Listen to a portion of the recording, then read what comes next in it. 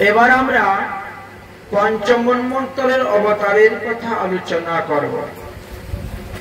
পঞ্চম মন্বন্তরের মনুর নাম ছিল বৈরত। ইনি প্রিয়ব্রতের পুত্র অর্থাৎ চতুর্থ মনু তামসের সহোদর ভাই ছিলেন। তাহার অর্জুন, বলি, বিন্দ প্রমুখ অনেক পুত্র সন্তান ছিল। পঞ্চম মন্বন্তরের যে ইন্দ্র ছিলেন তার নাম ছিল বিভু। পঞ্চম মন্বন্তরে যে দেবতারা ছিলেন তাদের নাম ছিল ভিতরায় প্রমুখ। পঞ্চম মন্বন্তরে যে সপ্তঋষিগণ ছিলেন তারা হিরণ্য, রোমা, বেদস্বীরা আদি প্রমুখ, ঊর্ধ্বশিরা প্রমুখ। পঞ্চম মন্বন্তরে শুক্র ঋষির ঔরসে তাহার স্ত্রী বৈকুণ্ঠ দেবীর গর্ভে বৈকুণ্ঠবাসী দেবতাদেরকে সঙ্গে করে নিয়ে বৈকুণ্ঠনাথ ভগবান শ্রীহরি আবির্ভাব হয়েছিলেন। তাই ভগবানের এক নাম বৈকুণ্ঠেশ্বর। এইবার ষষ্ঠ মন্বন্তরের কথা বলবো। ষষ্ঠ মন্বন্তরে যে মনু, তিন নাম ছিল চাক্ষুষ মনু। ইনি চক্ষুষের পুত্র ছিলেন। তারও কুরু, পুরু, সুধন্য প্রমুখ বহু পুত্র সন্তান জন্মগ্রহণ করেছিল। এই ষষ্ঠ মন্বন্তরের ইন্দ্রের নাম ছিল মন্ত্রধূমক নামক ইন্দ্র। এই ষষ্ঠ মন্বন্তরে দেবতাদের নাম ছিল আপ্যায় প্রমুখ। এই ষষ্ঠ মন্বন্তরে সপ্ত ঋষিগণের মধ্যে ভবিষ্যমান আদি অনেকের নামই ছিল।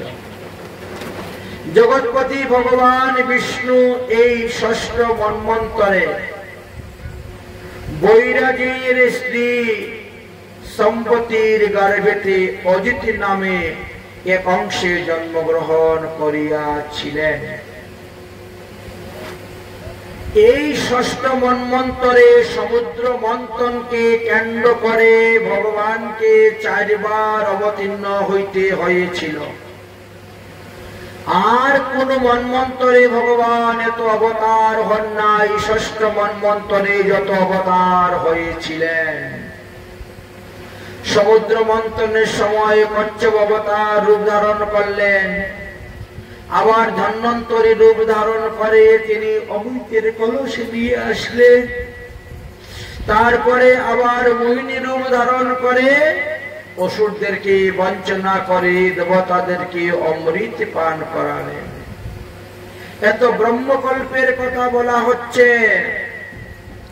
এই কারণে মন্বন্তর অবতার গুলা পৃথক পৃথক হয়ে থাকে। তাই এই ষষ্ঠ মন্বন্তরের শেষ ভাগে ভগবানকে আবার মৎস্য অবতার রূপ ধারণ করে আসতে হয়েছিল।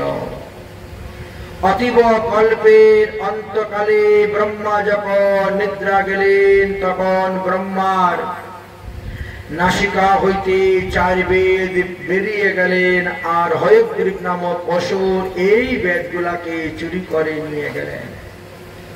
ব্রহ্মার মুখ থেকে চার বেদ বেরিয়েছিলেন আর সেটা নিয়ে প্রলয়কালীন বাড়ি রাশির মধ্যে প্রবেশ করেছিলেন। ব্রহ্মা যখন নিদ্রা যান তখন মহাপ্রলয় হয়। ব্রহ্মা যখন উঠেন তখন আবার সৃষ্টি কার্য আরম্ভ হয়ে থাকে। পরীক্ষিত মহারাজ বললেন, গুরুদেব, সমুদ্র মন্থন লীলাটা আমি বিস্তারিত ভাবে শ্রবণ করতে চাই, আপনি আমাকে কৃপা করে বর্ণন করুন। যে সমুদ্র মন্থনকে কেন্দ্র করে ভগবানকে চারবার অবতীর্ণ হতে হয়েছিল। অজিত রূপে অবতীর্ণ হলেন, কুর্ম রূপে অবতীর্ণ হলেন, ধন্বন্তরী রূপে অবতীর্ণ হলেন, মোহিনী রূপে অবতীর্ণ হলেন। অতএব আপনি কৃপা করে সেই ভগবান অজিতের লীলা কথা আমার নিকটে বর্ণন করুন। পরমহংস শিরোমণি সুখদেব গোস্বামী পাদ বললেন, হে মহারাজ পরীক্ষিত, ষষ্ঠ মন্বন্তরে একবার কি হয়েছিল, দুর্বাসা ঋষি তিনার তপস্যা বল প্রভাবে বৈকুণ্ঠে গিয়েছিলেন নারায়ণকে দর্শন করার জন্য। নারায়ণকে দর্শন করে, নারায়ণকে প্রণাম করে, নারায়ণের প্রসাদ গ্রহণ করে, নারায়ণের নির্মাল্য প্রসাদী ফুলের মালা প্রাপ্ত হলেন। নারায়ণ নিজের গলার থেকে খুলে তার গলায় দিয়েছে। খুব আনন্দ, খুব সন্তুষ্ট, খুব প্রসন্ন। এটাই ভগবানের কৃপা। এটাকে কৃপা বলা হয়। নিজেকে ধন্যাতি ধন্য মনে করে তিনি মনের আনন্দে বৈকুণ্ঠ থেকে রওনা হয়েছেন, মর্ত্যলোকে আসবেন। রাস্তাতে দৈবক্রমে দেবরাজ ইন্দ্রের সঙ্গে সাক্ষাৎ। দেবরাজ ইন্দ্র দূর থেকে যখন দেখেছেন দুর্বাসা ঋষি আসতেছে, তখন দেবরাজ ইন্দ্র লাফ দিয়ে তিনার হাতির পিঠ থেকে নেমে গিয়েছেন। কারণ তিনি জানেন দুর্বাসা ঋষি অত্যন্ত ক্রোধী। আমিও কিন্তু ক্রোধ দেখাইতে কম দেখাই না, বুঝেছেন? এক এক বাবাজি দুর্বাসার অবতার। চুন থেকে পান খসে পড়লে একদম চোখ লাল হয়ে যাবে। রাগ করতেও সময় লাগবে না, গালি দিতেও সময় লাগবে না। আমার নিজের চরিত্র আমি নিজেই বলি, কি করবো, স্বভাবে করায় কর্ম, আমার কি দোষ? চাই না করতে, কিন্তু হয়ে যায়। তা দুর্বাসা ঋষি তো খুব রাগী, আগে থেকে সবাই জানে। তা কথাবার্তা বলতে, চলাফেরা করতে সাবধান। এই যে ঋষিকে যেই দেখেছে আসতে, এমনি তাড়াতাড়ি দেবরাজ ইন্দ্র হাতির থেকে নেমে গিয়েছে, হাতির পিঠ থেকে নেমে দুই হাত জোর করে আগে থেকে ঋষিবর দণ্ডবত প্রণাম। ঋষিও তার নর্মতা, তার ভদ্রতা দেখে সন্তুষ্ট। দেবরাজ ইন্দ্র হলে কি হলো দেখেছ, আমাকে প্রণাম করলো, সম্মান দিল। তো কিছু তো কিছু দিতে হয় তো প্রণাম করলে। আমি কিন্তু গাইল দিই আর কি, কেউ কিছু না কিছু তো দেয়। আমাদের বৃন্দাবনের রাধা কুণ্ডে এক পান্ডা ছিলেন, তাকে 5 টাকা দক্ষিণা দিলে সে গাইল দিবে না। কেউ যদি এসে প্রণাম করতে বলে 5 টাকা দক্ষিণা দিয়ে তাকে 5টা গালি দিব, দক্ষিণা না যা তাকে একটা গালিও দিব না। উনি দক্ষিণা নিতেন, তারপরে গালি দিতেন। ওনার লীলা, এক একজনের এক একটা বিশেষ লীলা আছে। দুর্বাসা ঋষি কি করলেন, তিনি এখন কি দিবেন ইন্দ্রকে? ইন্দ্র ওনাকে প্রণাম করেছে, তাই তিনি গলার থেকে খুলে ফুলের মালা দিয়ে দিলেন। কোন সাধু যদি সন্তুষ্ট হয়ে, প্রসন্ন হয়ে আপনাকে কোনো কিছু দান করে, সে অতি ক্ষুদ্র বস্তুই হোক আর অতি কম দামের জিনিসই হোক, আপনি কিন্তু সাদরে সেটা গ্রহণ করে নিলেন। এটা একটা সাধুর সঙ্গে লক্ষণ। আপনার যতই থাকুক ঐশ্বর্য, যতই থাকুক টাকা পয়সা, কিন্তু সাধু যদি কিছু প্রসন্ন হয়ে দেয়, সেটাই আপনি নিবেন, ওটাই আপনার মঙ্গল দিবে, কাজ হবে। ফুলের মালা গলায় দিয়ে দিয়ে দুর্বাসা ঋষি চলছেন। কিন্তু ইন্দ্রের কিন্তু এই ফুলের মালাটা পছন্দ হলো না, কারণ সে তো বহু সম্পত্তির মালিক, এত ঐশ্বর্য, এ কি আর এইগুলা পড়তে ভালোবাসবে?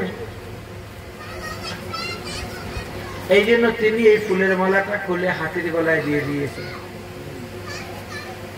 আচ্ছা, হাতি কি আর বুঝে এই ফুলের মালার মর্ম? সে বুঝতেছে যেন কি যেন আমার গলার মধ্যে একটু পেঁচাপেচি বেড়াবেড়ি করছে, অসহ্য লাগতেছে। সুর দিয়ে ধরে টান মেরেছে, মালা ছিঁড়ে গেছে, মাটিতে ফেলে দিয়েছে। দৈবক্রমে হঠাৎ করে পিছন দিকে তাকিয়েছেন দুর্বাসা। ভগবানের প্রসাদী মালার এমন অবমাননা, এত অবহেলা। ও তুমি ধনগর্বে গর্বিত হয়ে গেছো, এই জন্য প্রসাদী মালাটাকে তোমার ভালো লাগলো না। যা বেটা, তুই যদি নির্ধন হস তখন তুই বুঝতে পারবে। অভিসম্পাদ দিয়ে দিলেন, যা তুই শ্রীহীন হয়ে যা, লক্ষ্মীহীন হয়ে যা। শ্রী মানে সম্পদ। দুর্বাসা যখন অভিসম্পাদ দিলেন লক্ষ্মীহীন হয়ে যা, তখন লক্ষ্মী দেবী কি করলেন? স্বর্গ থেকে পালালেন।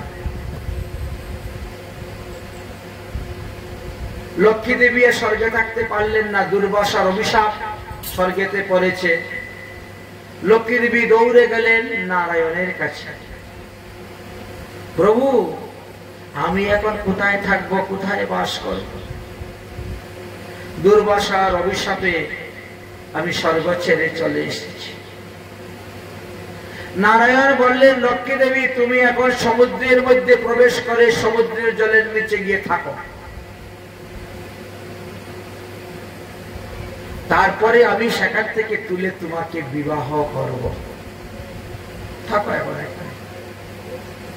লক্ষ্মী নারায়ণের আদেশে সমুদ্রে গিয়ে প্রবেশ করলেন। এদিকে দেখতে দেখতেই স্বর্গের সমস্ত নষ্ট হয়ে গেল। দেখেন না, এক একটা ভূমিকম্প দেয়, 10 তলা 20 তলা বিল্ডিং ভেঙে পড়তে সময় লাগে না। দৈব এমন এক বস্তু। দুদিন আগে দেখেন না বিমান অ্যাক্সিডেন্টে কি হলো? দৈব। বাস মুহূর্তের মধ্যে স্বর্গের সমস্ত স্ত্রী নষ্ট হয়ে গেল, সম্পদ সব নষ্ট হয়ে গেল। দেবরাজ ইন্দ্র দিশাহারা হয়ে গেলেন, হায় হায় হায় কি করি, কোন অপরাধে কি হলো বুঝতে তো পারলেন না। অপরাধ যে কখন কোথায় হয় বোঝা যায় না। অজান্তেও অপরাধ হয়ে যায়, অজ্ঞানেও অপরাধ হয়ে যায়, অজ্ঞাত অবস্থায় অপরাধ হয়ে যায়। কিন্তু অপরাধ অপরাধের কাজ করবে। জানেন আর না জানেন, আগুনের মধ্যে হাত দিলে হাত পুড়বেই পুড়বে। হয়ে গেল অপরাধ। কোনো কিছু কুলকিনার পাচ্ছেন না, গিয়ে উপস্থিত হলেন ব্রহ্মার কাছে। ব্রহ্মা নিয়ে গেলেন ভগবান বিষ্ণুর কাছে। ভগবান বিষ্ণু বললেন, দুর্বাসাকে অনাদর করার কারণে তোমার এই শ্রীহীন হয়েছে, তোমার এই সম্পদ নষ্ট হয়েছে। অতএব এই সম্পদ যদি তুমি পুনরায় ফিরে পেতে চাও, যদি স্বর্গ লক্ষ্মীকে পুনরায় ফিরে পেতে চাও, তাহলে সমুদ্র মন্থন করতে হবে। কারণ লক্ষ্মী এখন সমুদ্রের জলে প্রবেশ করেছে। সমুদ্র মন্থন করে না, বিশাল শক্তির প্রয়োজন, বল বীর্যের প্রয়োজন। হে দেবগণ, তোমাদের শরীরের মধ্যে এত বল বীর্য নাই। এই জন্য অসুরের সঙ্গে তোমাদের সন্ধি করতে হবে। অসুরের সঙ্গে সন্ধি করতে হবে। যে সমুদ্র মন্থন থেকে যে যে দ্রব্য উঠব, সেই সেই দ্রব্য আমরা সমান ভাগে ভাগ করে নিব। এইভাবে সন্ধি করতে হবে, না হলে পারবা না। অনেক শক্তির প্রয়োজন, অনেক বলের প্রয়োজন, অনেক লোকের প্রয়োজন। তারা বলছে অসুরের সঙ্গে সর্বদাই আমাদের বিরোধিতা চলতেছে, বিদ্রোহ চলতেছে, আবার তাদের সঙ্গে সন্ধি করব, এটা হয় না। বলে না হলে এই কার্য সন্ধি হবে না।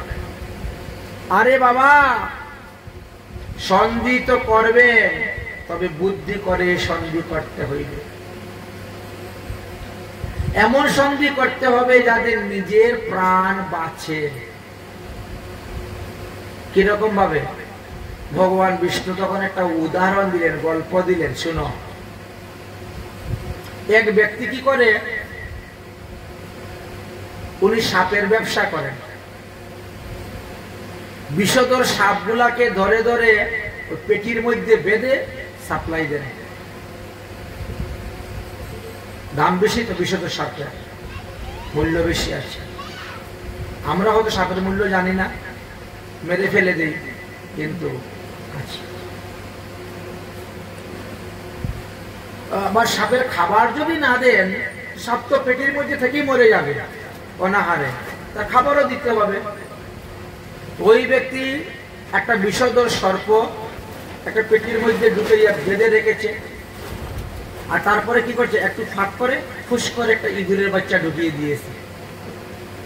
সাপে ইঁদুর খায়, এটা সর্বত্র। ওটা খেলে তার ক্ষুধা নিবৃত্তি হয়ে গেল, বাঁচল। কিন্তু সাপটা বড় চালাক। সাপ চিন্তা করলো, এই ইঁদুরটা আমি খেয়ে কদিন বাঁচবো? 2 দিন, 4 দিন, 5 দিন, 10 দিন, 15 দিন, 1 মাস, 6 মাস নালে বেঁচে গেলাম, কিন্তু তারপরে তো আমার মৃত্যু। মানে এই পেটি কবে খুলবে আর কবে বেরোবো তার তো অন্ত নাই, আর আমার শক্তি নাই এই পেটি থেকে বেরিয়ে যাওয়া। কিন্তু ইঁদুর যদি ইচ্ছা করে, ও কিন্তু পেটিটাকে কেটে দিতে পারবে, তাই না? আর ইঁদুরে যদি একবার পেটি কেটে রাস্তা করে, তাহলে আমিও বেরিয়ে যেতে পারবো। সুতরাং সে আমার শত্রু হলেও তাকে খাওয়ার দরকার নাই, তার সঙ্গে মিত্রতা করার দরকার। এখন ইঁদুরে তো সাপ দেখে লাফাতে শুরু করেছে, ওরে বাবারে আমার ঘরে খেয়ে ফেলবে, আমার ঘরে। ইঁদুরে লাফাতে শুরু করেছে পেটির মধ্যে, একবার ওইদিকে যা লাফ দিয়ে, একবার ওইদিকে লাফ দেয়, একদম ওইদিকে উঠে, ওইদিকে নামে, ওইদিকে উঠে। সাপ কিচ্ছু করতে চায়, চুপচাপ। সাপ বলছে, বন্ধু তুমি এত ভয় পাচ্ছ কেন? ভয়ের কোনো কারণ নেই। যদিও তোমার এবং আমার মধ্যে বৈরী ভাব, খাদ্য খাদক, সাপ ইঁদুর ধরে খায়, একথা সত্য, কিন্তু আমি তোমাকে খাবো না। কারণ এই পেটির মধ্যে তুমিও বন্দী অবস্থায় পড়ে আছো, আমিও বন্দী অবস্থায় পড়ে আছি। আমরা দুজনেরই কিন্তু মৃত্যু আসন্ন। তুমিও কিছু না খেলে মারা যাবে, আর আমিও কিছু না খেলে মারা যাব। আচ্ছা, তোমাকে আমি খেলে কদিনই বা বাঁচবো বলো তো? তার থেকে বন্ধু এক কাজ করো, তুমি তো তোমার দাঁত দিয়ে কেটে ওই পেটিকাকে ছিদ্র করে নাও, তাহলে ওই ছিদ্র দিয়ে তুমিও বেরিয়ে চলে গেল, আমিও বেরিয়ে চলে গেলাম, দুজনেরই জীবন বেঁচে গেল। বুদ্ধিটা কেমন হয়? সুন্দর বুদ্ধি। ঠিক আছে, সাপ বসে আছে, গল্প করতেছে, আর ইঁদুরে এই কার্টুনকে কাটা শুরু করে দিয়েছে পেটিকে। পেটিকে কেটে বাস, ইঁদুর পুশ করে বেরিয়ে গেছে বাইরে, আবার ভিতরে ঢুকেছে। বন্ধু এই তো বেরিয়ে গেছে, আবার তুমিও পারো না? ভাই, রাস্তাটা আর একটু বড় করলে ভালো হয়, আর তোমার শরীরে তো হাড্ডি নাই, তাই তুমি অতি ছোট জায়গা দিয়েও বেরিয়ে যেতে পারো। আমার শরীরে তো হাড্ডি আছে, সাপ বলতেছে, তো আমার জন্য একটু বড় লাগবে, বন্ধু আর একটু বড় করো। তো আবার একটু কাটলো, বড় করলো, ইঁদুর দৌড়ে বেরিয়ে যায়, আবার দৌড়ে, চলো চলো বন্ধু এবার চলো, হয়ে গেছে। যেই আসছে খপ করে ধরে ইঁদুর খেয়ে ফেললো সাপ। কার্যসিদ্ধ হয়ে গেছে আমার। এবার তোমাকে খেয়ে আমার শক্তি হবে, তখন আমি দৌড়ে এখান থেকে পালিয়ে যেতে পারবো। অনেকদিন ধরে অনাহারে আছে তো সাপ, তো শক্তি কম, দৌড়ে পালাতে পারবে না, মালিকে দেখে ফেললে আবার ধরে এনে পেটির মধ্যে ঢুকাবে। তো সে চিন্তা করলো, আমার যখন রাস্তা পরিষ্কার হয়ে গেছে, এবার আমি তাকে খেয়ে আমার শক্তিটা, বল বীর্যকে বাড়াই, তারপরে আমি দৌড়ে পালাই। তাই শত্রুর সঙ্গে এই রকমই করতে হয় সন্ধি।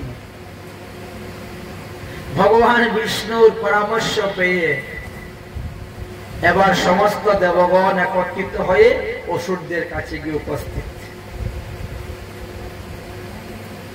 আমরা সমুদ্র মন্থন করব, চলো ভাই সবাই মিলে। সমুদ্র মন্থনে যা যা দ্রব্য উঠবে সমস্ত দ্রব্য আমরা সমানভাবে ভাগ করে নিব। অসুরদের মধ্যে তখন রাজা ছিলেন বলিরাজ।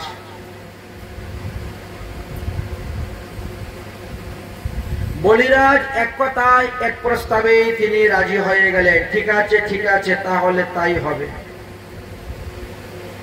রাজি হয়ে গেলেন। সমান সমান ভাগ করে নেওয়া হবে। কি করতে হবে? প্রথমেই সমুদ্রের মধ্যে কিছু বৃক্ষ ফেলতে হবে, ঔষধি, যে সমস্ত গাছগাছরার মধ্যে ঔষধি গুণ আছে সেইগুলো ফেলতে হবে।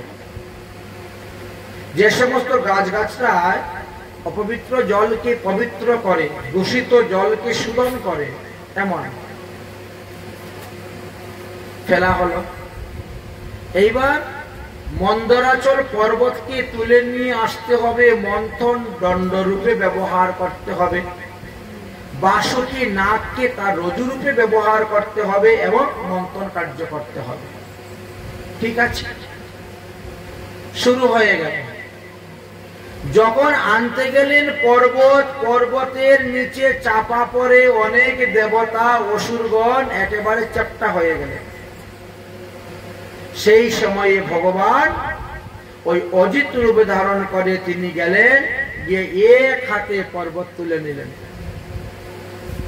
ভগবান শ্রীকৃষ্ণ যেমন গিরিরাজ গোবর্ধন পর্বত ধারণ করলেন, এই সপ্তম মন্বন্তরের ২৮তম দাপর যুগে এই ষষ্ঠ মন্বন্তরে হয়েছিল। ভগবান অজিত পর্বতটাকে এক হাতে তুলে নিলেন। সমস্ত দেবগণ বেঁচে গেলেন, সমস্ত অসুরগণ, দৈত্য দানবগণ বেঁচে গেলেন। নিয়ে তিনি কি করলেন? গরুরের পিঠের মধ্যে বসিয়ে দিলেন। গরুর উড়ে উড়ে গিয়ে সমুদ্রের মধ্যে ওই পর্বতটাকে ছাড়লেন। বাসুকি সর্পকে আনা হলো রজুরূপে। ভগবান শ্রীকৃষ্ণ সমস্ত দেবতাদেরকে, অজিত সমস্ত দেবতাদেরকে নিয়ে সাপের মুখের দিকে ধরে দাঁড়িয়ে আছেন। আসো আসো, তোমরা আসো, সমুদ্র মন্থন শুরু করব। দৈত্যরাজ বলি এবং অসুরগণ বলছেন, একই আপনারা সাপের মুখের দিকে ধরে আছেন? আমরা কি হীন বলবীর্য নাকি যে আমরা সাপের লেজের দিকে ধরব? আমাদের একটা মান সম্মান নাই? আপনারা আমাদেরকে অপমান করতে চাচ্ছেন? সাপের লেজ হলো অশুভ, অতএব অশুভ স্থানে আমরা ধরবো কেন? আমরা এই সমুদ্র মন্থন করবোই না যদি সাপের মুখের দিকে আমাদেরকে ধরতে না দেন। ভগবান বলছে, ঠিক আছে ভাই, অশান্তির দরকার নাই, এই দেবগণ সবাই ছেড়ে দাও, ওরাই ধরুক। অসুরেরা এসে সাপের মুখের দিকে ধরেছেন, দেবতারা সাপের লেজের দিকে ধরেছেন। এবার যেই মন্থন রজ্জু ধরে টান দেওয়া হয়েছে, বাসুকি নাগের তো একবার শরীরের প্রাণ যায় যায় অবস্থা। গরম শ্বাস বেরোতে শুরু হয়েছে নাক মুখ দিয়ে সাপের। সাপের শ্বাস যদি কারো গায়ের উপরে পড়ে, দেখবেন কালো কালো ফুসকা পড়ে যায়। অসুরদের চেহারা কালো হওয়ার কারণটাই হলো মূল এই, ওই সাপের শ্বাস। আমাদের ছোটবেলায় এরকম হতো, হাতে পায়ে পিঠে কোথায় যদি এরকম কালো কালো ফুসকা পড়তো, বলতো এই তোর উপরে সাপের শ্বাস পড়েছে রে। অনেক সময় সাপ গাছের থাকে, তো গাছের নিচ দিয়ে হেঁটে যাচ্ছেন, শ্বাস পড়তেই পারে। কি করবে? বলে কালো গরুর দড়ি দিয়ে এনে ঘষলে পরেই ভালো হয়ে যায়, টুটকা। কোনো তন্ত্র মন্ত্র লাগবে না, কোনো ঔষধ খেতে হবে না, গরুটা হতে হবে কালো। কালো গরুর রশি, গলায় যে বাঁধা হয় রশি, ওই রশি এনে ওখানে কিছুক্ষণ বুলালে পরেই বাস ভালো হয়ে গেল। সাপে অসুরদের গায়ের মধ্যে এরকম। এদিকে কি হয়েছে? এই সমুদ্রের যে দূষিত পদার্থ মন্থন করতে শুরু করেছেন, তো দূষিত পদার্থ সব ঘুরতে ঘুরতে ঘুরতে ঘুরতে একত্রিত হয়ে গেল, হয়ে একটা বিষ রূপান্তরিত হয়ে গেল, যে বিষের নাম কালকুট বিষ বলা হয়। সেই কালকুট বিষ উত্থিত হয়েছে, বিষের জ্বালায় সব মরে যাচ্ছে, সর্বনাশ। সবাই ত্রাহি ত্রাহি বলে সবাই পলায়ন করতে শুরু করলেন। কে এখন রক্ষা করবে বিষের জ্বালা থেকে? সবাই দৌড়ে গিয়েছেন দেবাদিদেব মহাদেবের কাছে। হে সংহার কর্তা মহাদেব, তুমি আমাদেরকে রক্ষা করো কালকুট বিষের হাত থেকে।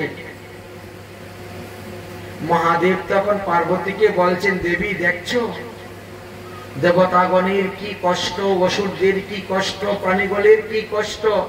এই কালকুট বিষকে যদি নাশ না করা যায় তাহলে পৃথিবী সব জলে পুড়ে ছারখার হয়ে যাবে। পার্বতী বলছেন, তুমি কেমন করে এই কালকুট বিষকে নাশ করবে? বলে, আমি পান করে নেব। তোমার মাথা খারাপ হয়েছে? এই কালকুট বিষ পান করার পরে যদি তোমার কিছু হয়, কে তোমাকে বাঁচাতে আসবে? কোন দেবতা তোমাকে বাঁচাতে আসবে না, কেউ তোমাকে বাঁচাতে আসবে না। কারণ দেবতারা হলো স্বার্থপর। দেবতাদের মতো স্বার্থপর মানুষেরা হয়ে গেছি। আজ যদি আপনার ছেলেকে বিবাহ দেন, মেয়েকে বিবাহ দেন, তাহলে বরযাত্রী দেখবেন 100 লোক চলে আসবে। কিন্তু ওই ছেলে যখন কোনো বিপদে পড়বে, ওই বৌমা যখন কোনো বিপদে পড়বে, একটা লোক কেউ পাবেন না। ডাক্তার যদি বলে এখনই আপনার বৌমাকে রক্ত দিতে হবে, আপনি 10 ঘরে গিয়ে বলেন তো, কেউ 1 বোতল রক্ত দেওয়ার জন্য আসবে না। অথচ বিয়ে খাওয়ার জন্য শত শত লোক চলে আসবে, হুড়াহুড়ি, পারাপারি, মারামারি।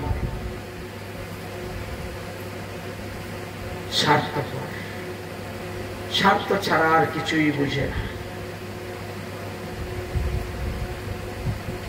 এই জন্য দেবী পার্বতী সাবধান করছেন মহাদেবকে, এই বিষ পান করার পরে যদি তোমার কিছু হয়ে যায় আর কেউ কিন্তু তোমাকে বাঁচাতে আসবে না। অতএব যা করবার তুমি বুঝে শুনে করো, তোমাকে আর আমি কি বলবো। কিন্তু মহাদেবের ভরসা আছে ভগবান বিষ্ণুর উপর। ভগবানকে নিবেদন করে যা কিছু পাওয়া যায় তার দ্বারা কোনো ক্ষতি হয় না, বরং উপকারী হয়। তাই তিনি মনে মনে ভগবানকে নিবেদন করে পান করে নিলেন। বিষটাকে পেটে যেতে দিলেন না, কণ্ঠের মধ্যে রেখে দিলেন। যদিও বিষের প্রভাবে কণ্ঠটা নীল হয়ে গিয়েছিল, বরং তিনার আরেকটা নামই হয়ে গেল নীলকণ্ঠ মহাদেব। বিষে ক্রিয়া করেছিল এবং মহাদেব অজ্ঞান হয়ে পড়ে গেছিলেন। কোন দেবদেবীরা যায় না এই মহাদেবকে চিকিৎসা করার জন্য। মা পার্বতী নিজে তখন চিকিৎসা করলেন মহাদেবকে বাঁচানোর জন্য, অজ্ঞানতা দূর করে। এই যে বাং ধূত্রা আমরা বলি, এই বাং ধূত্রা গুলা এমন এক মহা ঔষধ ছিলেন, তারা সাপের বিষ নষ্ট করতে পারত। এই বাং ধূত্রাকে ভালো করে মিহি করে পিষে মহাদেবের গলার মধ্যে লেপ দিতে শুরু করলেন। আর এই বিষজ ঔষধ বিষ টেনে নিতে শুরু করল। এইভাবে মহাদেব সুস্থ হয়েছে। কোথায় কোথায় কোন মহাজন কোন পুরাণে বলেন যে না, পার্বতী দেবী তিনার স্তন দুগ্ধ মহাদেবকে পান করিয়েছিলেন, আর তার দ্বারা বিষক্রিয়া নষ্ট হয়েছে।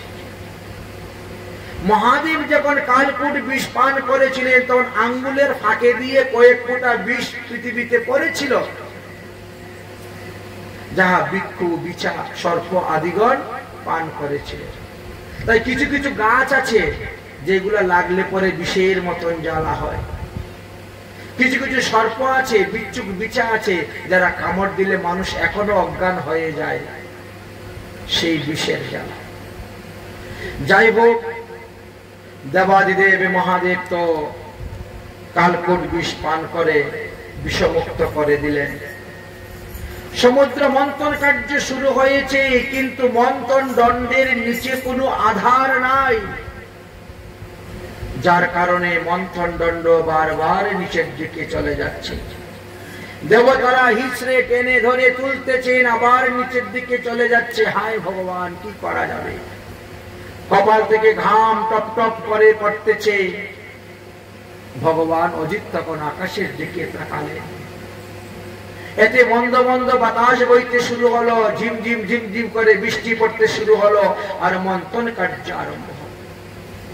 ভগবান তখন কি করলেন? কূর্ম রূপ ধারণ করলেন, আর ধারণ করে তিনি আর পিঠের মধ্যে এই মন্থন দণ্ড ধারণ করেছিলেন। পৌষ মাসের শুক্লপক্ষের দ্বাদশী দিবসে এমন ঠান্ডার সময়ও দেখেন তাদের কপাল থেকে ঘাম টপ টপ করে পড়তেছে। বলো কূর্ম ভগবান কি। তাহলে গতকালকে আমরা নৃসিংহ অবতারের কথা শুনলাম, তার আগে আমরা বরাহ অবতারের কথা শুনলাম, আজ আমরা কূর্ম অবতারের কথা শুনছি। সহস্র যোজন পিঠ বিস্তার করে তিনি এই মন্থন দণ্ডকে ধারণ করেছেন। শুরু হয়ে গেল মন্থন কার্য। মন্থন কার্য চলছে।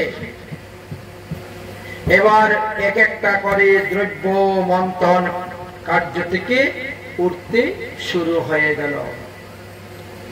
জানা যায় যে সমুদ্র মন্থনে 10টা দ্রব্য উঠেছিল। এই মন্থন করার সময় 10টি দ্রব্য উঠেছিল। সমুদ্র মন্থনে প্রথম উঠেছিল কামধেনু। দেবতারা বলছে এটা আমরা নিব, আমরা নিব। অসুররা বলছে এটা আমরা নিব। ঝগড়া শুরু হয়ে গেছে। আগের থেকে কথা, সমুদ্র মন্থনে যা যা উঠবে সমানভাবে ভাগ করে নেওয়া হবে। ব্রহ্মা বলছেন কি ব্যাপার? হ্যাঁ, যখন বিষ উঠলো তখন তো কেউ বললো না আমরা নিব। তখন সবাই বিষের জ্বালায় দৌড়ে পালালেন। আমরা নিব কেউ বললেন না। আর এখন কামধেনু উঠেছে আমরা নিব, এটা কেউ নিতে পারবে না, না দেবতারা পাবে না দৈত্যরা পাবে। নিবে কে? বলে সাধুদেরকে দান করে দাও। প্রথম বস্তু সমুদ্র মন্থনের প্রথম বস্তু সাধুদেরকে দান করো। সাধুগুরু বৈষ্ণবকে দান করো, লাভ হবে। কাকে দান করো? সপ্তঋষিকে দান করো। কারণ তারা প্রতিদিন পঞ্চামৃত দিয়ে ভগবানকে স্নান করায়, পঞ্চগব্য তাদের প্রয়োজন, তাহলে কামধেনু প্রয়োজন। দেখেছে লাগে না আমাদের গোময় গোমূত্র? গোময় গোমূত্র লাগে তো পঞ্চগব্য বানাতে, দুধ দই ঘি গোময় গোমূত্র, এই 5টাকে পঞ্চগব্য বলা হয়। তাহলে গাভী থেকেই জাত এই 5টা। কিন্তু বর্তমান জগতের কিছু পণ্ডিত আছে, তারা বলে পুরুষ সারের দরকার। পুরুষ সারের গোমূত্র গোময় না হলে হয় না, এমন কোন কথা কোথায় লেখা নাই। গু বলতেই গাভী। গাভীর থেকেই তো দুধ হয়, দুধ থেকেই তো দই হয়, দই থেকেই তো ঘি হয়। এই জন্য গোময় গোমূত্র পঞ্চম দান করে দাও সাধুদেরকে। ঠিক আছে, এতে সবাই সন্তুষ্ট এবং তারা গাভীদেরকে দান করে দিলেন। এবার সমুদ্র মন্থন শুরু হলো। যখন সমুদ্র মন্থন শুরু হলো তখন সাদা শ্বেত বর্ণের উচ্চশ্রবা নামক বেশ কিছু ঘোড়া অৎসর আবির্ভাব হইল। বলি মহারাজ বলছেন এটা আমরা নিব, আমরা নিব, আমরা নিব এই ঘোড়া। ভগবান বিষ্ণু ইশারা দিলেন দেবতাদেরকে, ঠিক আছে ওদেরকে নিতে দিয়ে দাও, তোমরা এর প্রতি লোভ করিও না। ঠিক আছে। দেবরাজ ইন্দ্র ঘোড়া পেয়ে অত্যন্ত আনন্দিত হলেন। সেই ঘোড়ার নাম কি? উচ্চশ্রবা নামক আদি ঘোড়া। অসুরেরা গ্রহণ করে নিলেন।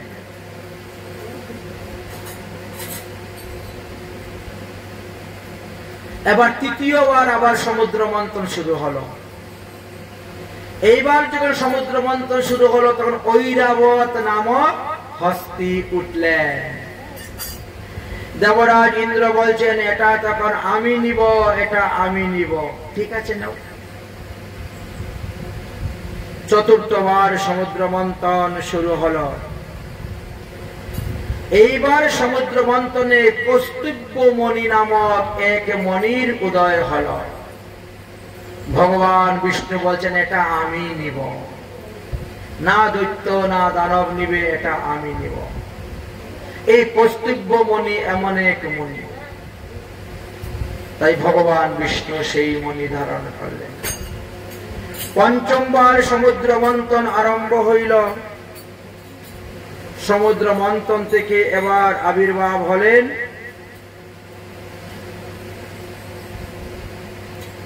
এক কল্প বৃক্ষ। কল্প বৃক্ষ আরম্ভ হলো, মানে যে বৃক্ষের নিচে গিয়ে যে যা চাইবে তাহাই পাইবে। অসুররা বলছে আমরা নিব, দেবতারা বলছে আমরা নিব, এটা স্বর্গের সম্পদ, স্বর্গের বন্ধন। এই বৃক্ষের কাছে কোনো অপবিত্র কিছু করা যাবে না, এই জন্য এটা স্বর্গে থাকাই ভালো, পবিত্র স্থানে থাকা ভালো। ঠিক আছে। সপ্তমবার ষষ্ঠবার সমুদ্র মন্থন শুরু হলো। বেশ কিছু অপ্সরা আবির্ভাব হলেন। অসুরেরা নবযৌবন সম্পূর্ণ অপ্সরাকে দেখে পাগল হয়ে গেলেন, এদেরকে আমরা নিব, এদেরকে আমরা নিব। ব্রহ্মা বললেন এদেরকে নিয়ে তোমাদের কোনো লাভ হবে না, কারণ তারা নিত্য ছাড়া আর কিছুই করতে জানে না। না তারা কাপড় চোপড় ধুইতে পারবে, না বাসন পর্য মাজতে পারবে, না বাড়িঘর ঝাড়ু দিতে পারবে। শুধু খালি তোমাদের অন্ন ধ্বংস করবে, তোমাদের ভান্ডার পুরাবে। এদেরকে নিয়ে তোমাদের কোনো লাভ নেই, অতএব স্বর্গে পাঠিয়ে দাও, স্বর্গে খাওয়া দাওয়ার কোনো কমি নাই। ঠিক আছে। সপ্তমবার সমুদ্র মন্থন আরম্ভ হইল। সেই সমুদ্র মন্থনে উঠলেন মা লক্ষ্মী দেবী। লক্ষ্মী দেবীকে দর্শন করে তো সবাই পাগল, আমি লক্ষ্মীকে নিব, আমি লক্ষ্মীকে নিব। অসুরেরা যেমন বলেন, দৈত্যরা তেমন বলেন। দেবরাজ ইন্দ্র তাড়াতাড়ি দৌড়ে গিয়ে একটা আসন নিয়ে এসেছেন লক্ষ্মী দেবীকে বসার জন্য। যে যা পারেন আদর আপ্যায়ন করতে শুরু করেছেন লক্ষ্মী দেবীকে প্রসন্ন করার জন্য, সন্তুষ্ট করার জন্য। আমি যদি লক্ষ্মীর সেবা করি, লক্ষ্মী সন্তুষ্ট হয়ে আমাকে বিয়ে করবে। এই লুভেতে অসুর, দৈত্য, দানব, দেবগণ সবাই লক্ষ্মীর সেবায় ব্যস্ত হয়ে পড়লেন। ব্রহ্মা মধ্যস্থ হলেন, হয়ে বললেন দেখো লক্ষ্মী যাকে ভালোবেসে যার গলায় মালা দিবে তার সঙ্গে তার বিয়ে হবে, অতএব এখানে কোনো ঝগড়াঝাটি নাই। স্বয়ম্বর সভা, এই দেখেন সৃষ্টি হলো স্বয়ম্বর সভা। স্বয়ম্বর, আমি নিজে আমার নিজের বরকে পছন্দ করব, আমি আমার পছন্দ মতো পুরুষকে বিবাহ করব। এই তো স্বয়ম্বর সভার সৃষ্টি হল। লক্ষ্মী দেবী হাতের মধ্যে ফুলের মালা নিয়েছেন, নিয়ে রওনা হয়েছেন। ব্রহ্মা যাচ্ছেন, পরিচয় করিয়ে দিচ্ছেন, এক একজনকে পরিচয় করে দেখে দিচ্ছেন। প্রথমেই গিয়েছে সাধু সন্ত মহাত্মাদের দিকে। এই দেখেন সামনে দুর্বাসা ঋষি বসে আছে, ওনাকে পছন্দ হয় কিনা দেখেন তো। মা লক্ষ্মী বলছেন যদি মাসের মধ্যে একবার দুইবার রাগ করে সহ্য করা যায় ক্রোধ করলে, কিন্তু দিনের মধ্যে যদি কেউ 10 বার ক্রোধ করে, এই আমার স্বামীর সংসার করা যায় কি? ক্রোধী দুর্বাসা ঋষি। অতএব ওনাকে বিয়ে করে আমি সুখী হতে পারবো না, ওনার অত্যন্ত রাগ ক্রোধ। আচ্ছা সামনে একটু আসো, এই দেখেন, ইনি অগস্ত্য মুনি, ইনাকে পছন্দ হয় কি? যে ব্যক্তি এক টানে সমুদ্রের জল পান করে নেয়, তারে কি আমি রান্না করে খাওয়াইয়া পেট ভরতে পারাবো? সারাদিন খালি রান্নাই করতে থাকবো, রান্নাই করতে থাকবো। আমার এমন জামাই বিয়ে করলে সুখী হব না। বর্তমান জগতে কিছু কিছু মহিলা আছে না, একাদশী দিনও স্বামী এসে বলে, এই আমার জন্য মাছ রান্না করে দে। তো এমন বেটাকে বিয়ে করে কোন মেয়ে সুখী হবে বলেন তো? সে মনে করতেছে আজকে একাদশী দিন ব্রত করব, স্বামী এসে বলে আমাকে মাছ রান্না করে দে, ভাত রান্না করে দে। ভাগবত ধর্ম বলছে এইরকম স্বামীকে ত্যাগ করে দিলে কোনো পাপ হয় না। এ স্বামী নয়। অগ্নি সাক্ষী করে, ব্রাহ্মণ সাক্ষী করে, সূর্য সাক্ষী করে স্বামী হওয়া যায় না। যে স্বামী আপনাকে ধর্মে বাধা দিবে, ধর্ম কর্ম করতে বাধা দিবে, সেই স্বামী ত্যাগ করলে কোনো পাপ হয় না। সেই স্বামীর সঙ্গ ত্যাগ করলে কোনো পাপ হয় না। এ পতি নয়, এ পতিত, পতিত। এর সেবা করে লাভ নেই, বরং অনাদিরাদি গোবিন্দ জগৎ স্বামীর সেবা করো, তোমার লাভ আছে। এ তো নিজেকেই নিজে উদ্ধার করতে পারবে না, তোমাকে কি উদ্ধার করবে? সে নিজেকেই নিজে রক্ষা করতে পারে না, তোমাকে কি রক্ষা করবে? যে নিজে নিজের ধর্মকে রক্ষা করে না, সে তোমাকে রক্ষা করবে কেমন করে? তাই বলছেন যে এক গন্ডুসে সমুদ্রের জল পান করে নিতে পারে, তাকে তো আমি কোনোদিনও খাওয়াইয়া পেট ভরাতে পারবো না। আর না পারলে তো খুঁটা দিবে বারবার। আমাদের তো স্বভাব খুঁটা দেওয়া কোনো কিছু হলেই।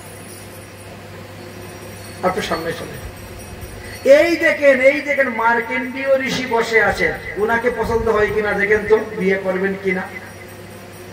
আরে বাবা, যে বেচারা একবার চোখ মুজে বসে সমাধিস্থ লেগে যায়, 7 বার পৃথিবী সৃষ্টি হয়, 7 বার পৃথিবী প্রলয় হয়, তার কোনো হুঁশই থাকে না, এমন বেচারাকে বিয়ে করলে কি হবে? সে আমার একবার আমার মুখের দিকেই তাকাবে না।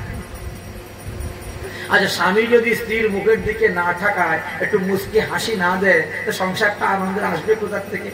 সংসারের সুখটা আসবে কোথার থেকে? এত মহাত্যাগী হবে না। কোন সাধু শান্ত মুনি ঋষিদেরকে পছন্দ হলো না। তাহলে চলো দেবতার দিকে। এই দেখেন, এই দেখেন দেবাদিদেব মহাদেব বসে আছেন, ওনাকে পছন্দ হয় কিনা? তিনি হাড়ের মালা গলায় দেয়, শ্মশানে মশানে ঘুরে বেড়ায়। ইনার তো আবার একটা স্ত্রীও আছে। ওই এর সংসার করলে সতীনের ঘর করে সুখ পাওয়া যাবে না, না হলো না। এইভাবে ব্রহ্মা যার কাছে নিয়ে যান, লক্ষ্মী একটা না একটা দোষ, একটা না একটা দোষ বলেন, বলতে বলতে বলতে বলতে একেবারে নারায়ণের কাছে গিয়ে উপস্থিত। নারায়ণের কাছে উপস্থিত বলে দেখেন তো ওনাকে বলে ইনি সর্বগুণে গুণী বলে নারায়ণের গলাতে মালা দিয়ে দিলেন। লক্ষ্মী নারায়ণের বিবাহ কার্য হয়ে গেল। আবার সমুদ্র মন্থন শুরু হয়ে গেল। 8 নম্বরে সমুদ্র মন্থন যখন শুরু হলো, তখন অসুরেরা বড় রাগ করলেন।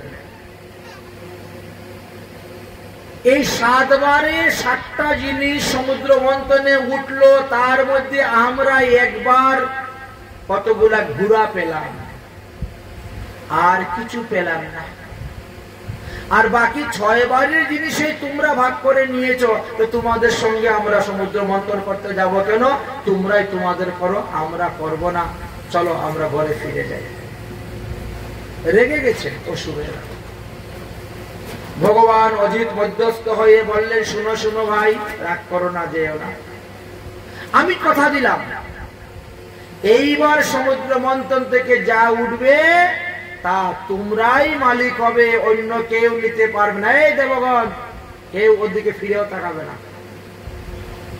যাও সমুদ্র মন্থন করো। এবার যা উঠবে তা তোমরাই মালিক। দেখা যাক তোমাদের ভাগ্যে কি উঠে সমুদ্র মন্থন থেকে। শুরু হলো সমুদ্র মন্থন। উঠলো এখন বারুনি মদিরা, মদ উঠলো। আচ্ছা, মদ যখন উঠেছে তখন ওষুধেরা তো মদ খেয়ে এখন তো তারা ধরাকে সরা জ্ঞান করে, এমন অবস্থা। এই জন্য মদ দেবতাদের কোনো আহার নয়, কোন দেবতার নামে মদ নিবেদন করা হয় না। যারা করে তারা ভুল করে। মদিরা বারুণী মদিরা উঠলেন, মদিরা পান করে মত্ত হলেন, আর মত্ত হয়ে আরম্ভ করলেন সমুদ্র মন্থন করা। এবার সমুদ্র মন্থন শুরু হলো, উঠলো পারিজাত বৃক্ষ। স্বর্গে পারিজাত বৃক্ষ আছে। আগামী পরশু দিন শুনবেন এই পারিজাত বৃক্ষের মহিমার কথা বলবো, আজকে বলবো না। সমুদ্র মন্থন, তারপরে সমুদ্র মন্থন শুরু হলো। এবার ধন্বন্তরী অমৃতের কলস কাঁধের মধ্যে নিয়ে তিনি উঠলেন। আর যেই অমৃতের কলস কাঁধে করে নিয়ে উঠেছেন, অসুরেরা বলছে আমরা নিব, আমরা নিব। দেবতারা বলছে আমরা নিব, ধর ধর ধর ধর। ধন্বন্তরী মহারাজ পড়লেন বড় বিপদে। তিনি অমৃতের কলস নিয়ে দৌড়তে শুরু করলেন। অমৃতের কলস নিয়ে পৃথিবীর বিভিন্ন স্থানে দৌড়ে গিয়েছেন। কেউ কেউ বলেন এই অমৃতের কলস থেকে এক ফোঁটা পৃথিবীতে পড়েছিল অমৃত, তার থেকে তুলসী বৃক্ষের জন্ম হয়েছিল। কেউ কেউ বলেন এই অমৃত পৃথিবীর 4 স্থানে পড়েছিল, যার কারণে 4 স্থানে কুম্ভ মেলা হয়ে থাকে। ইলাহাবাদ মানে প্রয়াগ, উজ্জয়িনী অবন্তিকাপুরী, নাসিকা নাসিক গোদাবরী তট সৌরাষ্ট্র মহারাষ্ট্র সৌরাষ্ট্র, আর হরিদ্বার উত্তরাখণ্ডে, এই 4 স্থানে হয়। কিন্তু অন্যদিকে বিচার করলে অন্যান্য পুরাণে বললেন যে কশ্যপ ঋষি যে ছিলেন, তিনার তাক্ষক নামক কশ্যপের 4 জন পত্নী ছিলেন। তার মধ্যে একজন ছিলেন কদ্রু, একজন ছিলেন বনিতা। কদ্রু এবং বনিতার মধ্যে একবার তারা বাজি ধরাধরি হয়েছিল। বলেন তো ইন্দ্রের ঘোড়াটা দেখতে কেমন? কদ্রু বলছে ইন্দ্রের ঘোড়াটা দেখতে নীলবর্ণ, বনিতা বলছে ইন্দ্রের ঘোড়া দেখতে সাদা। কিন্তু দুজনের বাজি ধরাধরি হয়ে গেল। যদি আমার কথা সত্যি হয় তাহলে তুমি আমার দাসত্বগিরি করবে, আর তোমার কথা সত্যি হলে তোমার দাসত্বগিরি আমি করব। সন্ধ্যার সময়ে যখন কশ্যপ ঋষি বাড়িতে আসলেন, কদ্রু তখন জিজ্ঞাসা করে, ওগো ইন্দ্রের ঘোড়াটা দেখতে কেমন? তিনি বললেন সাদা। সর্বনাশ হয়ে গেছে, আমি বড় হয়ে সতীনের ছোট সতীনের দাসত্বগিরি করব, এটা হয় না। তুমি তোমার তপস্যার দ্বারা ইন্দ্রের ঘোড়াকে নীল করে দাও। তিনি বললেন তপস্যা সাধন ভজনের ফল, অপব্যবহার করতে নাই, দুর্ব্যবহার করতে নাই। আমি কোন ছলনার আশ্রয় নিতে পারবো না, চতুরাতি করতে পারবো। তখন কদ্রু কি করলেন? তিনি গিয়ে উপস্থিত হলেন তিনার পুত্র সর্পগণের কাছে।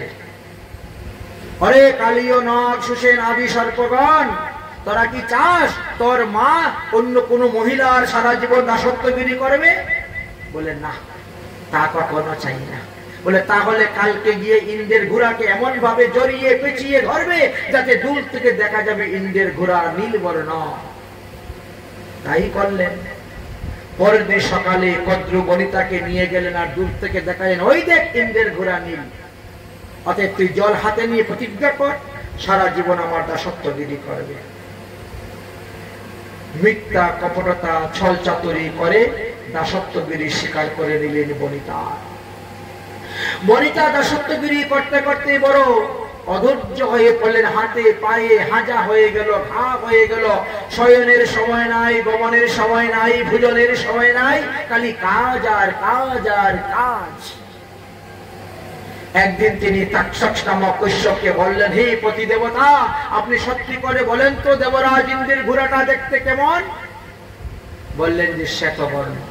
বলে ওই দিন যে নীলবর্ণ হয়ে আমার কাছে প্রতিজ্ঞা করাইয়া আমার দিদি আমাকে দাসত্বগিরি করাচ্ছে, এই দাসত্বগিরি থেকে মুক্তি পাওয়ার উপায় কি? বলে তুমি মুক্তি হতে পারবে না, তবে তোমার ছেলে তোমাকে মুক্তি দিতে পারবে।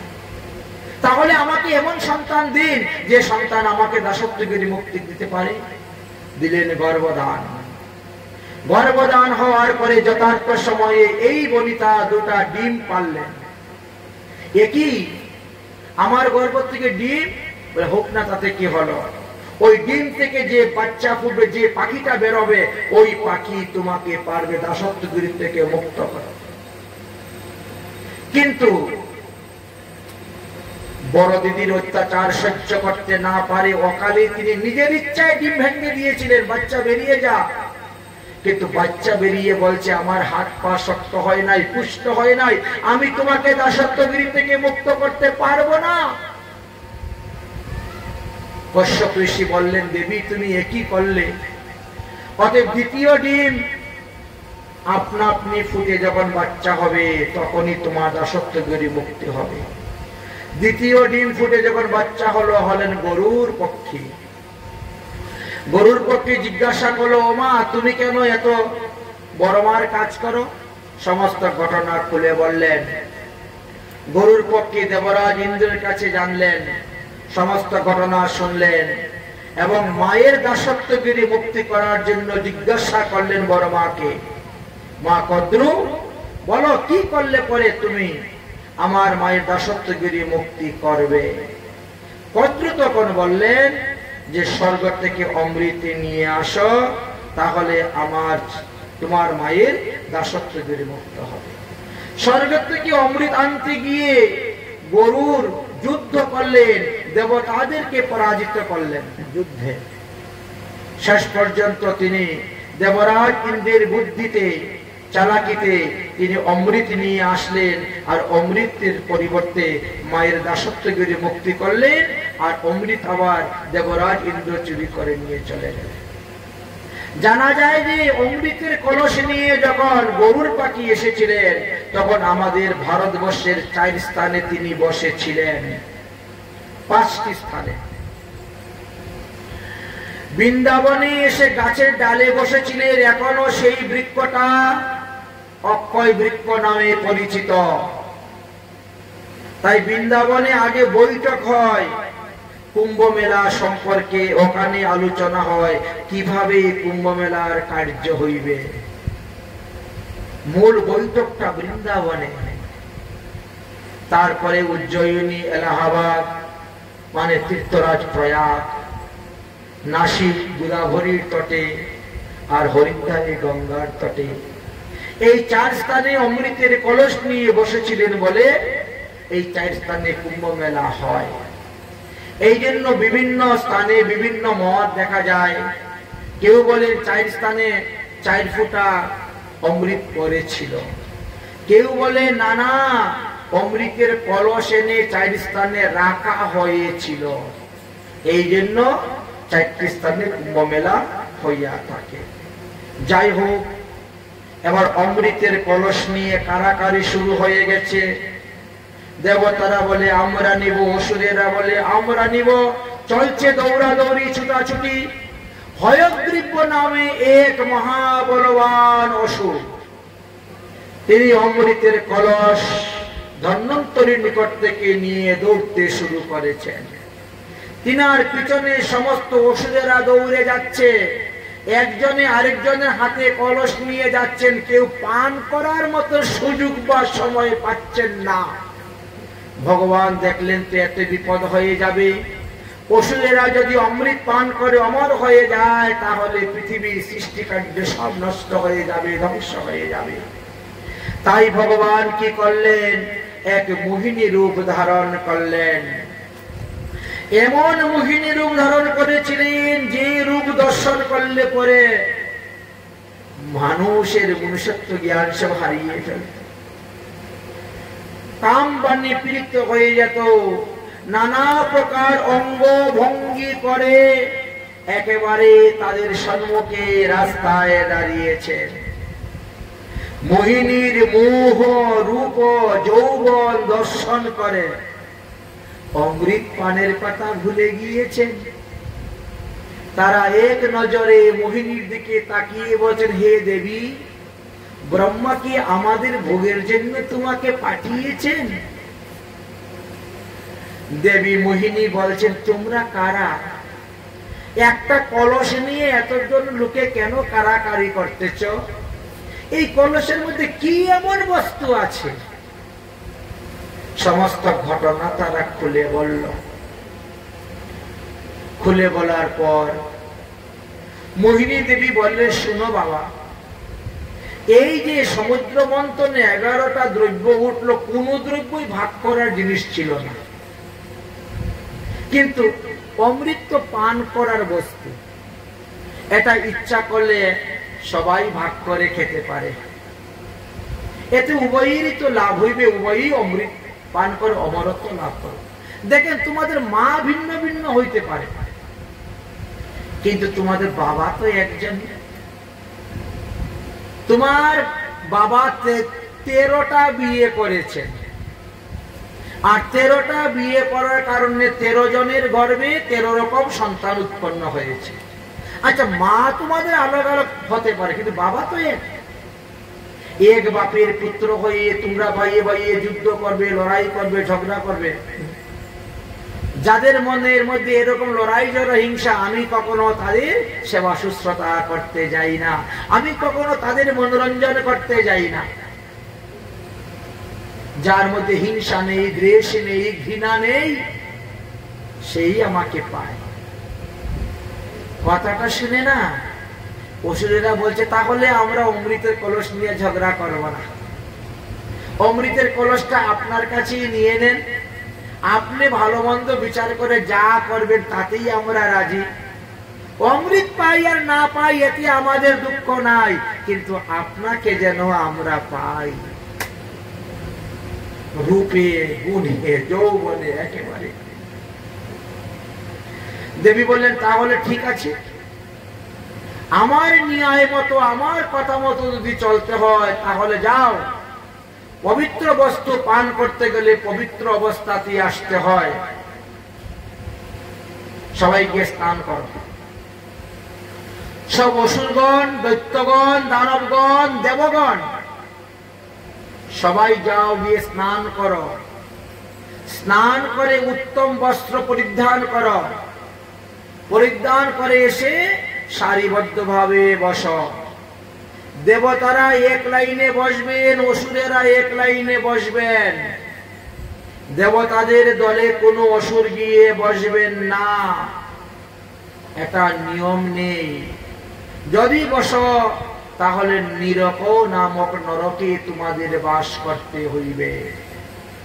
এই জন্য দেখবেন বিভিন্ন স্থানেতে নিয়ম আছে, সাধুদের এক লাইন, অসাধুদের এক লাইন, বৈষ্ণবদের এক লাইন, অবৈষ্ণবদের এক লাইন, ভক্তদের আলাদা সেবা, অভক্তের আলাদা সেবা হয়ে থাকে। নিয়ম সত্যযুগ থেকে চলে আসছে নিয়ম। অসুরেরা এসে তারা লাইন ধরে বসেছেন এইদিকে, দেবতারা লাইন ধরে বসেছেন এইদিকে, মোহিনী মধ্যস্থ অমৃতের কলস নিয়েছেন। নিয়ম হয়েছে আগে বৈষ্ণব সেবা, তারপরে অবৈষ্ণবের সেবা, আগে দেবতাদের সেবা, তারপরে অসুরের সেবা। কিন্তু এইভাবে বললে তো প্রথমত তারা রাজি হবে না,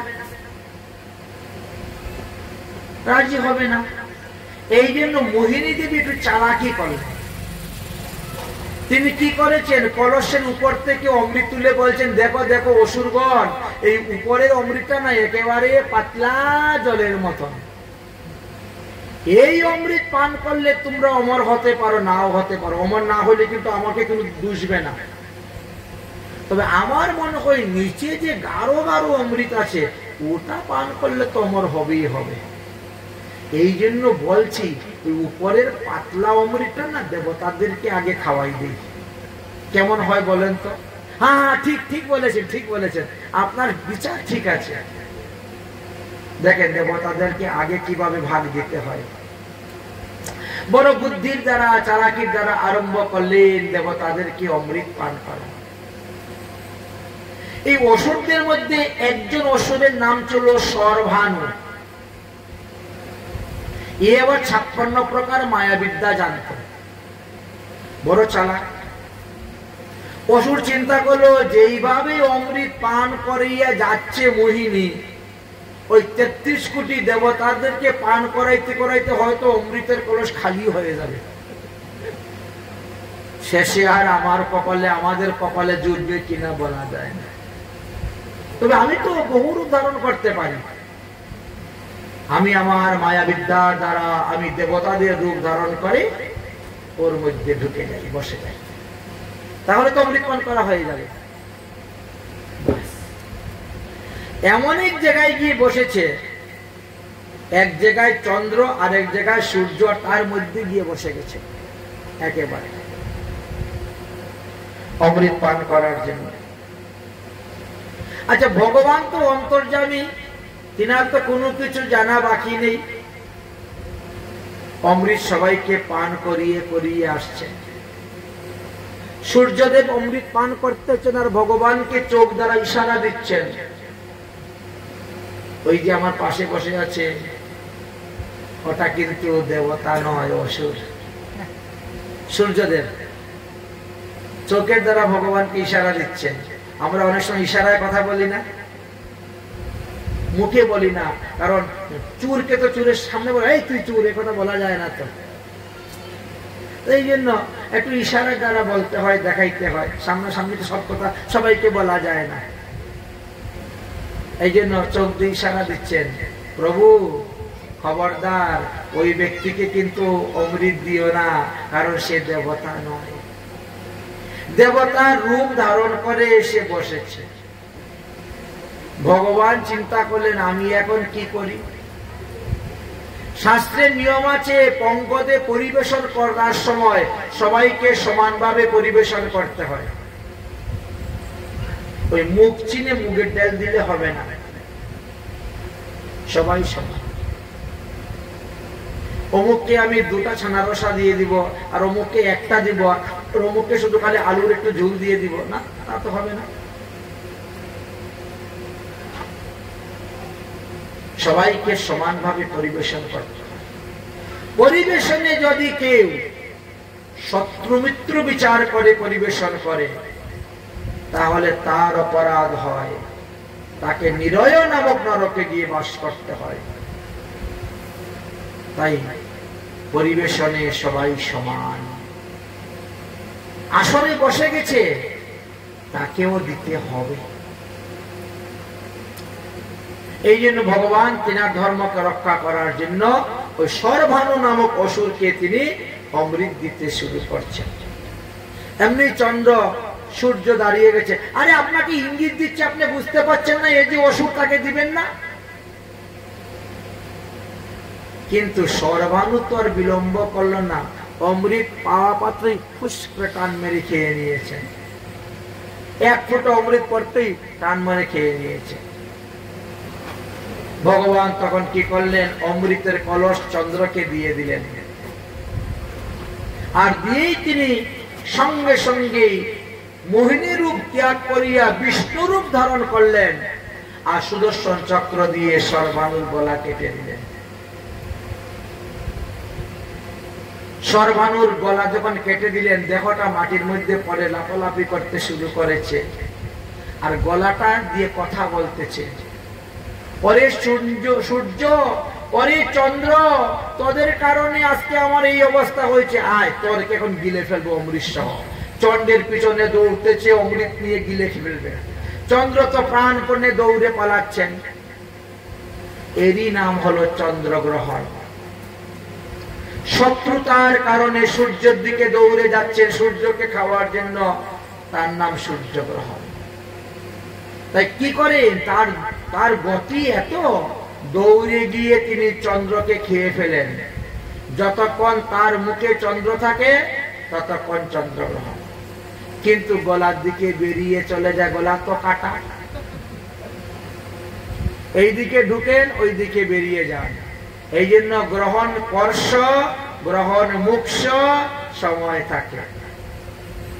গ্রহণের স্থিতিকাল মানে কত সময় তিনি ওই রাহুর মুখে ছিলেন, স্থিতিকাল।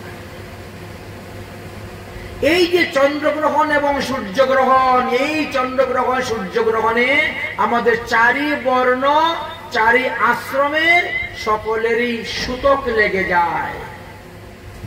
অশুষ অপবিত্র, অশুষ অবস্থায় বিগ্রহ সেবা পূজা করা নিষিদ্ধ।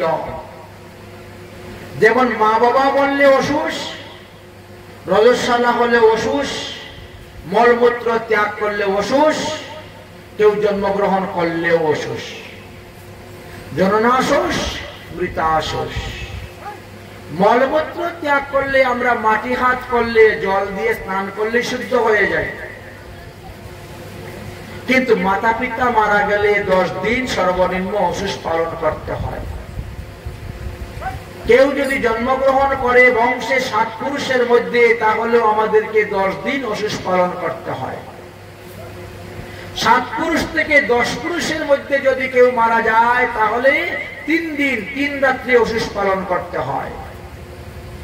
আর 10 পুরুষের পরে 14 পুরুষের মধ্যে যদি কেউ মারা যায়, তাহলে স্নান করলেই শুদ্ধ। অশুষ যেই শুনলেন, স্নান করলেন, শুদ্ধ হয়ে গেল। অশুষের তারতম্যতা আছে। কোন অশুষ কতদিন কতক্ষণ পালন করতে হয় তার বিচার আছে। চন্দ্রগ্রহণ আরম্ভ হওয়ার আগে 9 ঘন্টা আগে থেকে আমাদের অশুষ লেগে যাবে। চন্দ্রগ্রহণ আরম্ভ হওয়ার 9 ঘন্টা আগে থেকে ভগবত সেবা পূজা বন্ধ। সামনে আমাদের চন্দ্রগ্রহণ আসতেছে, বুঝলেন? এইবার ভাদ্র মাসে চন্দ্রগ্রহণ আসতেছে। চন্দ্রগ্রহণ যদি রাত্রে 9টার সময় লাগে, তাহলে দুপুর 12টার পরে ঠাকুর শয়ন দেওয়া হয়ে যাবে, আর ঠাকুর ঘরে ঢোকা যাবে না। কারণ 9 ঘন্টা আগের থেকে সূতক লেগে গেল, অশুষ, ঠাকুর সেবা করতে পারবেন না। গ্রহণ অন্তে সবস্ত্রে স্নান করে তারপরে ঠাকুর ঘরে ঢুকবেন, ঠাকুর পুজো করবেন।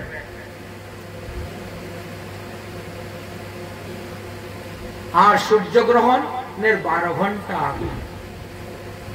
তাহলে চন্দ্রগ্রহণ যদি রাত্রে 9টার সময় লাগে, তাহলে আপনি দুপুর 12টার মধ্যে ঠাকুরের রান্না বান্না করে ভোগ দিয়ে, প্রসাদ ভোগ দিয়ে আরতি করে ঠাকুর বিশ্রাম। বিকাল 4টার সময় আপনি ঠাকুর জাগাতে পারবেন না, শীতলা ভোগ দিতে পারবেন না। সন্ধ্যার সময় সন্ধ্যা আরতি করতে পারবেন না, ঠাকুরের ভোগ দিতে পারবেন না। রাত্রে 9টার পরে গ্রহণ শেষ হলো, এবার স্নান করে এসে ঠাকুর সেবা করতে পারবেন। ঠিক তেমনি ভাবে সূর্যগ্রহণ, সূর্যগ্রহণে 12 ঘন্টা আগে থেকে অশুষ লেগে যাবে। যদি মনে করেন বিকাল 4টার সময় আপনার সূর্যগ্রহণ আরম্ভ হবে, উদাহরণস্বরূপ বলছি, তাহলে এই দিন আর মঙ্গল আরতি করা যাবে না, সিঙ্গার আরতি করা যাবে না, মধ্যাহ্নকালীন ভোগ আরতি করা যাবে না। ওই সন্ধ্যার পরে, মানে ওই গ্রহণ শেষ হওয়ার পরেই স্নান করে গিয়ে সেবা পূজা করতে হবে। মানে আগের দিন রাত্রেই ঠাকুরকে শয়ন দিয়ে দিলেন, আর ঠাকুর জাগানো যাবে না। তবে আপনি তিলকান্নি করতে পারেন, মানসিক সেবা করতে পারেন। যাদের দেহ সুস্থ, স্বাস্থ্য সম্পূর্ণ, বলবীর্য সম্পূর্ণ, তারা বলছেন গ্রহণ লাগার 9 ঘন্টা আগের থেকে খাওয়া দাওয়া বন্ধ করে দিবেন। যারা রোগী, শিশু, বৃদ্ধ, তারা গ্রহণ আরম্ভ হওয়ার 3 ঘন্টা আগে পর্যন্ত খাওয়া দাওয়া করতে পারবেন, তারপরে খাওয়া দাওয়া সম্পূর্ণভাবে বন্ধ করে দিবেন। যতক্ষণ গ্রহণ চলবে, সে চন্দ্রগ্রহণ হোক আর সূর্যগ্রহণই হোক, গ্রহণ চলাকালীন অবস্থায় নিদ্রা যাবেন না। নিদ্রায়াং জায়তে রোগ। যারা গ্রহণ চলাকালীন অবস্থায় নিদ্রা যায়, একটা রোগ শেষ হতে না হতে আরেকটা রোগ আরম্ভ হয়ে যাবে। সারা জীবন আপনাকে রোগে ভুগে কষ্ট পেয়ে মরতে হবে। অতএব রোগ সুখ ব্যাধি তো আমাদেরই কর্মফল। এই জন্য গ্রহণ চলাকালীন অবস্থায় কেউ ঘুমাবেন না। গ্রহণ চলাকালীন অবস্থায় প্রস্রাব করতে নাই, পায়খানা করতে নাই। তাই মূত্রে দরিদ্রতা লজ্জা। যদি কেউ গ্রহণ চলাকালীন অবস্থায় পায়খানা প্রস্রাব করতে যায় তাহলে তিনি দরিদ্রতা প্রাপ্ত হন। পূজ্যস্য কৃমি যৌনয় সাতি মিথুনে গ্রাম্য সপুরা। তার প্রস্রাব করলে দরিদ্রতা আসবে, আর পায়খানা করলে আপনাকে কৃমিজনিতে গিয়ে জন্মগ্রহণ করতে হবে। আর গ্রহণ চলাকালীন অবস্থায় যদি কেউ স্ত্রী সহবাস করে তাহলে তাকে গ্রাম্য শকুর হয়ে জন্মগ্রহণ করতে হয়। কর্মফল অনুসারে তার জন্ম হয় গ্রাম্য শকুর। অভঙ্গে চৌ ভবেতে কুষ্টি। গ্রহণ চলাকালীন সময়ে যদি শরীরের মধ্যে কেউ শস্যের তেল মাখে তাহলে তিনি কুষ্ঠ রোগগ্রস্ত হবেন। ভোজনেশ্চ অদুগতি। গ্রহণ চলাকালীন সময়ে যদি কেউ ভোজন করে, খাওয়া দাওয়া করে তাহলে তিনার অদুগতি হবে, তিনি নিম্নজনিতে গিয়ে জন্মগ্রহণ করিবেন। বচনেশ্চ ভবেতে সর্প। গ্রহণ চলাকালীন সময়ে যদি কোনো আজে বাজে কুকথা বলেন, কারোর সঙ্গে ঝগড়াঝাটি করেন তাহলে পরজন্মে গিয়ে সর্প হয়ে আপনি জন্মগ্রহণ করিবেন। আর বধেচ নরকম ব্রজে। গ্রহণ চলাকালীন সময়ে যদি কোনো পশু পাখি জীবকে হিংসা করেন, বধ করেন তাহলে আপনাকে ঘোর নরক যন্ত্রণা ভোগ করতে হবে যতদিন চন্দ্র সূর্য আছে। অতএব সংক্রমে গ্রহণে শৈব স্নানাৎ ইয়তে মানবম। গ্রহণ সমাপ্ত হওয়ার সঙ্গে সঙ্গে সবস্ত্রে গিয়ে স্নান করবেন, না হলে আগামী গ্রহণ পর্যন্ত আপনি অশুষ, আপনি অপবিত্র, আপনি ভগবত বিগ্রহ সেবা করার কোনো অধিকার নাই আপনার। আর 7 জন্ম কুষ্ঠ রোগগ্রস্ত হবেন, সারা জীবন দুঃখ দুর্দশা কষ্ট ভোগ করবেন। তাই গ্রহণ চলাকালীন অবস্থায় শেষেই স্নান করতে হয়। উৎতিষ্ঠ গম্যতে রাহুম তেজ্জতম চন্দ্র সঙ্গম কর্ম চণ্ডলম যুগ সংকম গুরু পাপাদ্যম ক্ষয়ম। অতএব গ্রহণ শেষের পরে নদীর জল, পুকুরের জল, টিউবের জল, কুয়ার জল, সব জল গঙ্গা জল সমতুল্য হয়ে থাকে। তাই স্নান করা মাত্রই আপনি গঙ্গা জলের ফল পেয়ে গেলেন। যাই হোক, এবার অসুরেরা বুঝতে পারলেন ভগবান বিষ্ণুর চালাকি। দেখ দেখ দেখ দেখ, ভগবান বিষ্ণু দেবতাদের পক্ষ নিয়ে মোহিনী রূপ ধারণ করে আমাদেরকে ছলনা করে কি করলেন, আমাদেরকে বিতাড়িত করে দিয়ে দেবতাদেরকে অমৃত পান করালেন। ধর ধর, মার মার মার। শুরু হয়ে গেল যুদ্ধ, দেবাসুর সংগ্রাম। এমন ভাবে দেবাসুর সংগ্রাম শুরু হয়েছে, এই দেবাসুর সংগ্রামে দেবতারা জয়লাভ করলেন, কারণ তারা অমৃত পান করে নিয়েছেন, তাদের মৃত্যু নাই। কিন্তু অসুরেরা তো অমৃত পান করতে পারে না, এই জন্য অসুরদের মৃত্যু অনিবার্য। বলি মহারাজ পর্যন্ত মারা গিয়েছিলেন, তিনার প্রধান সেনাপতি নমুচি দানব মারা গিয়েছিলেন। এইভাবে বহু বহু দানবগণ মারা গিয়েছিলেন। কিন্তু দৈত্যগুরু শুক্রাচার্য তিনি এসে কি করলেন, মৃত সঞ্জীবিনী মন্ত্রের দ্বারা এদেরকে জীবিত করলেন, আর জীবিত করে নিয়ে চলে গেলেন। বলিরাজকে বললেন, হে বলিরাজ, এখন তুমি যুদ্ধ করতে যেও না, কারণ এখন তোমার প্রতিকূল পরিবেশ, যুদ্ধ করলে জয়লাভ হবে না। তোমার যখন অনুকূল পরিবেশ আসবে তখন তুমি যুদ্ধ করবে, সেই যুদ্ধে জয়লাভ করতে পারবে। তাহলে এখন আমি কি করব গুরুদেব? ব্রহ্মচর্য পালন করে হরিভজন করো, তবেই তোমার মঙ্গল। যারা ব্রহ্মচর্য পালন করে ভগবান তাদেরকে মাথার উপরে রাখেন। এই জন্য ময়ূরের পাখা দেখেন না ভগবানের মাথার উপরে, মুকুটের চূড়ার মধ্যে, কারণ ময়ূর ব্রহ্মচর্য পালন করে।